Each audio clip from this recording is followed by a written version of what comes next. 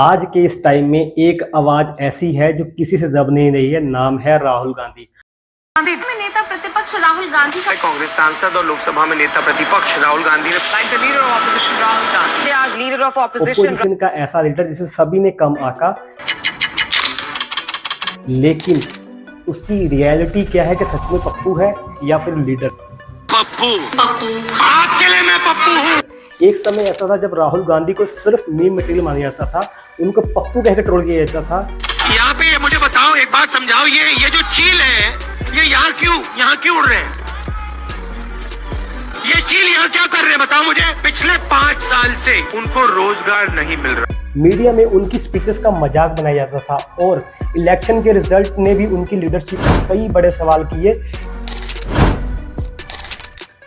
एक वक्त था जब बीजेपी मोदी के नाम पर गुमनाम चेहरे को भी टिकट देकर जिताने का दावा करती थी, लेकिन राहुल गांधी 2024 के इलेक्शन में एक ऐसा स्टनिंग कमबैक्स करते हैं कि कांग्रेस की सीट जो होती है डबल हो जाती है और बीजेपी को भी अपनी सोलो मेजोरिटी खोनी पड़ती है। क्या सच है 2029 तक वो भारत के सबसे ताकतवर राजनीतिक पार्टी बनेंगे?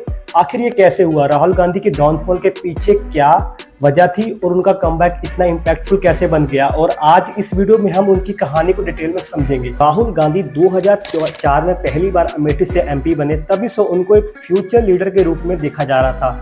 2013 में वो कांग्रेस के वाइस प्रेसिडेंट बने और 2017 में प्रेसिडेंट बन गए। मतलब क्लियर था, पार्टी की कमांड गांधी फैमिली की अगली जनरेशन के हाथ में है। लेकिन असली टेस्ट शुरू होता है 2014 में। It's quite clear Modi will be the next prime minister and the BJP is forming the government. 2014 का जो इलेक्शन था वो एक टर्निंग पॉइंट था। नरेंद्र मोदी की लीडरशिप में बीजेपी ने एक सुनामी क्रिएट की और कांग्रेस अपनी हिस्ट्री की सबसे बड़ी हार फेस करती है। सिर्फ 44 सीट पर रह रहती है, क्योंकि कहीं ना कहीं उस वक्त बीजेपी का एक स्लोगन भी था, अच्छे दिन आने वाले हैं। लेकिन कितने अच्छे दिन आए हम सबको पता है। हाय महंगाई, हाय महंगाई, हाय महंगाई। मत घबराओ, मत पछताओ, खुश हो जाओ, क्योंकि हम मोदी जी को लाने वाले हैं, अच्छे दिन आने वाले हैं। अगर आप पॉलिटिक्स को अच्छे से फॉलो करते हैं तो आपको पता होगा, जब 2014 का इलेक्शन हुआ, दोनों पार्टियों ने कैंपेन किए, तो opposition party BJP Rahul Gandhi को एक शहजादा बोलती है और खुद को एक चाय वाले का बेटा। और राहुल गांधी को एक शहजादा बोलकर जो लोग थे वो सोचते हैं कि सच में राहुल गांधी तो एक शहजादा ही है, उनको क्या जरूरत है। तो लोग बीजेपी को वोट डालते हैं, भर भर के वोट डालते हैं और जिसका रिजल्ट हुआ कि कांग्रेस अपनी लाइफ में, मतलब पूरे पॉलिटिकल कैरियर में सबसे बड़ी हार फेस कर। It's quite clear Modi will be the next prime minister and the BJP is forming the government. I mean this Congress के पास एक क्लियर विजन या स्ट्रॉन्ग लीडर नहीं था जो मोदी की पॉपुलैरिटी को काउंटर कर सके, क्योंकि उस पार्टी ऑर्गेनाइजेशन वीक थी। क्योंकि कांग्रेस की स्टेट यूनिटी की बात करूं कि सब कोई इन फाइटिंग में बिजी था, ग्राउंड लेवल पे कोई इफेक्टिव स्ट्रेटेजी नहीं थी। कांग्रेस का सबसे बड़ा कारण आता है राहुल की इमेज प्रॉब्लम। राहुल को एक सीरियस लीडर ना बताकर मीडिया उनको पप्पू कहकर बताती है। नतीजा ये हुआ कि पार्टी का एक ऐसा डाउनफॉल आया जिसको कम बैक करने के लिए राहुल गांधी को अपना सारा कुछ दांव पे लगाना पड़ा और मोदी जो कि बीजेपी का मेन फेस बन जाते हैं। 2019 के इलेक्शन में राहुल गांधी ने कोशिश की कि मोदी को राफेल डील और चौकीदार चोर है स्लोगन के जरिए टारगेट करने का, लेकिन ये चौकीदार चोर है नारा है, चौकीदार चोर है सच्चाई है और चौकीदार स्ट्रेटेजी उल्टा पड़ जाती है। तब एक हैशटैग ट्रेंडिंग में आ जाता है कि मैं भी चौकीदार, जिसके करोड़ों लोग इस हैशटैग को फॉलो करते हैं और 2019 में अगेन बीजेपी जीत जाती है। कांग्रेस को सिर्फ 52 सीट ही मिल पाती है। ये दूसरा बड़ा झटका था। पार्टी के अंदर भी लोग राहुल की लीडरशिप पर डाउट करने लग गए थे कि इसी वजह से राहुल को प्रेसिडेंट का पद छोड़ना पड़ा और बोला कि अकाउंटेबिलिटी लेना बहुत जरूरी है। अब लग रहा था कि शायद राहुल गांधी का पॉलिटिकल करियर खत्म हो गया, लेकिन 2014 से लेकर 2020 में राहुल की इमेज को अगर हम ध्यान से देखें तो एक जोक बन गई थी। मीडिया में उनको राहुल बाबा बोला जा रहा था, उनकी स्पीचेस से ज्यादा उनके स्लिप अप वायरल होते थे। पब्लिक उनको प्रिविलेज डेंसिटी के रूप में देखती थी। आम जनता, ऐसा नेता जो आम जनता के असली प्रॉब्लम से डिस्कनेक्टेड था, जो कहीं ना कहीं सच भी था, क्योंकि मेन टारगेट तो उस टाइम मोदी को ही पर्सनल टारगेट कर रहे थे। जैसे कि आज वो एम्प्लॉयमेंट, वुमेन एम्पावरमेंट, और कास्ट सेशन जैसी बातों पर आवाज उठा रहे थे, उस वक्त वो सिर्फ मोदी को ही पर्सनल टारगेट कर रहे थे। मोहम्मद अली कहते हैं कि जो व्यक्ति खतरे नहीं उठाता, साहस नहीं उठाता, सारांश जिंदगी जीने से ज्यादा कुछ नहीं कर सकता। लेकिन 2020 में सब कुछ बदलने लगा। राहुल ने लॉन्च की भारत जोड़ो यात्रा, जो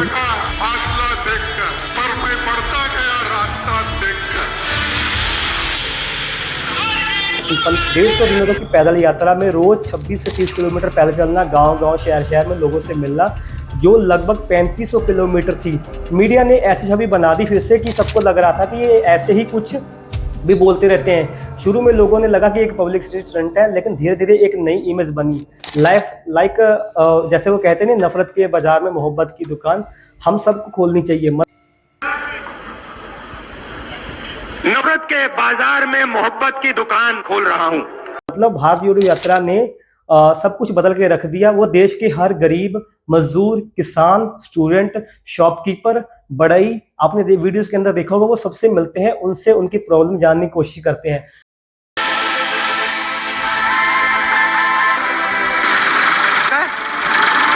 लोन आप चलो मेडिकल क्या करते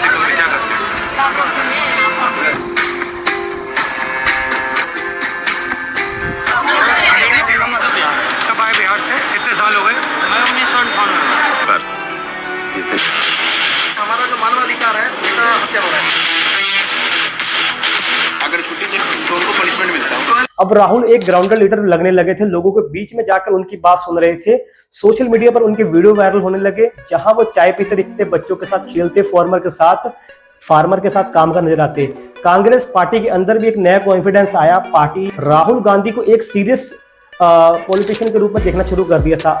अब एक बार तो उनमें मीडिया रिपोर्ट्स ने उनसे पूछा कि आप बिफोर और आफ्टर के बारे में बताएं, जर्नी के बारे में बताएं। तो राहुल गांधी ने कहा कि जो पहले राहुल गांधी को आप जानते थे वो अब मर चुका है, ये जो है ये कुछ और ही है।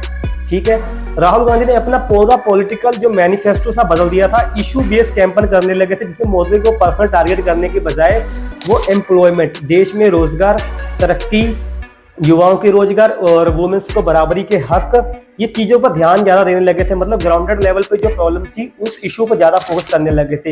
इसके साथ ही कांग्रेस ने कुछ गारंटियां भी दी, जिसमें pension, job, health care, women quota, caste census, वो संविधान का सिंबल। रैलीज में आपने देखा होगा, खासकर वो बार बार कॉन्स्टिट्यूशन दिखाकर मैसेज किया कि ये लड़ाई उनकी खुद की नहीं है, डेमोक्रेसी बचाने की है। सोशल मीडिया पे अगर आपने देखा होगा उस दिनों इंस्टाग्राम, ट्विटर, यूट्यूब पर राहुल की पॉपुलैरिटी एकदम बूम पर थी। 2023-24 में उनके फॉलोअर्स मोदी से भी काफी ज्यादा ग्रो हुए। ये एक गेम चेंजर साबित हुआ। जहां पर 99 सीट की बात नहीं हो रही है, इवन बीजेपी जो बार बार 400 पार का दावा कर रही थी, उनको 250 सीट भी नहीं मिली और वो राहुल गांधी की रायबरेली और वायनाड दोनों सीटों में जीत जाते हैं।